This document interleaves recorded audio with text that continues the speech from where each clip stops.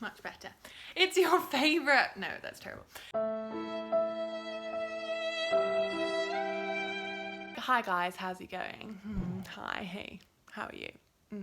Thanks for coming, thanks for watching. You're going to learn a lot in today's video. A lot of things that I wish I had known back in the day when I started episode. Get your notepads out, it's time to write some stuff down. If you're new to the channel, subscribe so that you can hear my voice regularly. My hair is still kind of wet because I took a shower, but I don't like blow drying it. So today's video is on what not to do when you're writing a story. First things first. Don't take forever to update. This is a huge thing, I think, personally, because as a reader, I know when a person takes forever to update their stories on episode, then I just lose interest. A lot of the time I'll forget what's happened in the previous episode. And then if you go in and you're reading a chapter and there's no chance to recap or whatever, you've forgotten what's happened in the story, you're not as committed anymore, and you don't care as much.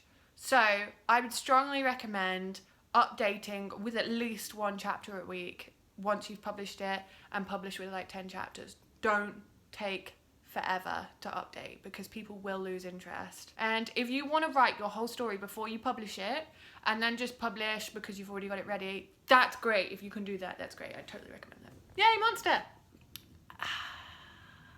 My second don't do is, okay, so this is also like quite personal to me. Don't make the chapters too long. I know I get a million comments a day saying my chapters are too short. I get that.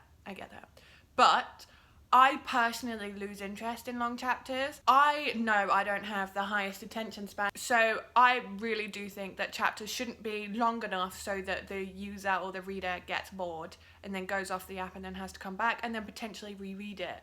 Because you know how episode is when you have to reread chapters. And it's not that you can just skip. So it's not like a regular book where you can make super long chapters and it doesn't matter because the person can put the book down and put a bookmark in it.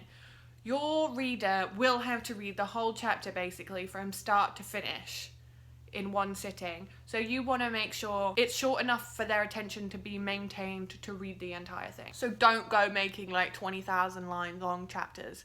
Unless it's like towards the end, I'd say, because then, you know, people are already emotionally invested. If they get to like chapter 35, they're probably going to read the rest of the story. So don't make them too long, guys. Don't do it. Don't do it. But then if you did make them too long, you probably wouldn't get a million comments a day like I do saying they're too short. But this is my personal preference. I'm not an episode god. I don't know all the answers and everybody has different preferences, but that's my preference, so. Don't overcomplicate the directing. Don't do it. Always try new things, definitely, but don't make it so complicated that, you know, the reader has to tap in a certain way or at a certain time to make sure that the story works. Like, I don't like reading stories when it says make sure you don't tap too quickly or you're gonna mess up the zooms. Just make the directing so that there is no way the user can mess up the story. Like, you wouldn't watch a YouTube video that said like, don't watch the video too fast or don't like click like at a particular time. If you can't do it correctly, just don't do it, basically. That sounds really mean. I don't want to be mean. Don't take offense, guys. Don't take offense.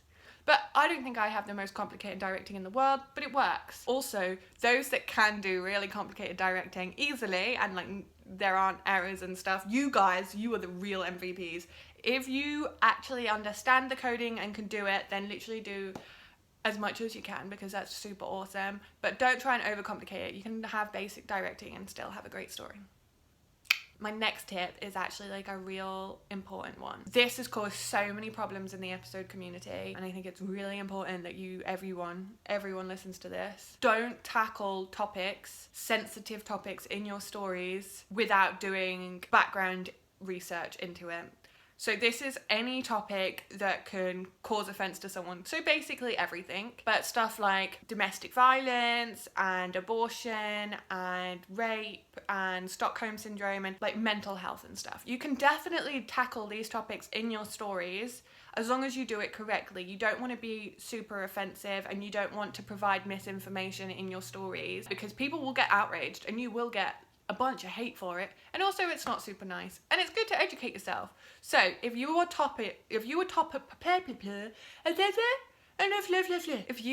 tackling any sensitive topics, make sure you're not writing anything that you don't know about. Top tip. That's serious.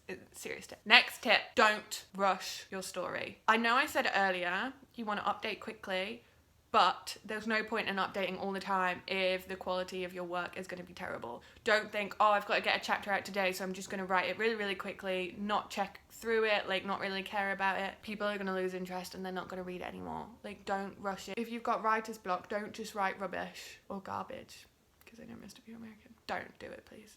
Don't do it. It's not worth it. Don't do it. Don't rush your story. Also, you don't want to rush into feelings as well, so this also goes for like character development. Don't just have the bad boy going from being a total bad boy, then he meets the main character and then he's a good boy. Don't do that. And like, don't have it so like people will just meet and then fall straight in love, because most of the time that doesn't happen in real life. I wish it did though. Okay, this is a big one, and it's a mistake I've made many times before, which is stupid considering this is how I got into episode really, by being a proofreader. So don't forget to proofread. Go through it as many times literally as you can, because there will always be a mistake in there somewhere, whether it's a zoom that isn't right, or it's a character placement that isn't right, or you've spelt a word wrong, or you've missed out a word, or like you've used the wrong word. Like, there are so many errors that can happen in your story, in your script, so just check it. Don't skip that part. Like, you can't skip it, even though it might feel amazing that you've done it all and it's taken you forever and you just don't want to reread it. Do reread it, okay? Don't skip the proofreading. I'm serious. I'm serious. I'm talking to you. You know who you are. You're a Bronteaholic, that's who you are. The next one is pretty serious, and it's don't refuse criticism. There will be a lot of criticism. Okay, maybe there won't be. There was a lot of criticism for my stories about like the way I made them, or the way the characters were, or about the way characters looked, or about the storyline or plot twist. Like, I've had so many criticisms, and that's fine. You have to be okay accepting criticism, so don't refuse criticism. Some of it is going to be totally pointless and it's just going to be hate, but some of it is going to be really good if you listen to it. If you listen to what your audience are criticizing, you can change it in the future or adapt it, and it can help you really actually develop your story into something great. It might give you a perspective that you hadn't thought of before. So you don't want to just ignore all the criticism, because although some people are actually giving you good advice, so don't ignore it. My last tip. Is it a tip? I'm just telling you stuff you shouldn't do. You know what they say, when you tell someone not to do something, then they do it anyway. Maybe this is my way, like reverse psychology way of getting every other episode author to be really bad so that I can take the top place once again. No, it's not. It's not. I'm just trying to help. Just trying to help you guys. But my last and maybe the most important tip is don't get too down on yourself. If your story doesn't have 1 million reads in a week, that's fine. If your story never hits 1 million reads, that's fine. If you get criticism that you don't like, or your story doesn't blow up straight away, or it doesn't go as well as you thought it was going to do, don't get down on yourself. Like, you are still creating something, and that's incredible. Like, J.K. Rowling got let down by like how many publishers? So many people didn't want to buy Harry Potter, and now look at her, super rich. And everyone loves Harry Potter now. Don't ever get down on yourself because things might not be going your way right now with your story, or you might be stuck with your story right now, like you don't know where to go. Because good things can happen, and if you just beat yourself up, you're just going to get more and more down. Nothing good comes from getting down on yourself.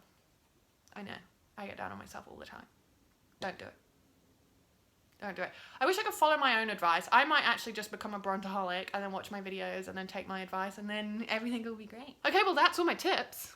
That's everything I have about not to do. I am certain that I will have missed something out, but for now, this will do. So I hope this can help a few of you. If there's anything else you think you shouldn't do, or things you should avoid when writing episode, comment them down below so other people can see and you can help too. Smash the like button, bro fist, and subscribe to me. Subscribe so you can see all of the things that I do. Also, there is official Bronteaholic merch out right now, and you should go and buy it. And there's loads of stuff, and it's really great. And the link is in my description. And then go buy it, please. Thank you. I'll speak to you guys later. I love you. I love you so much. Bye.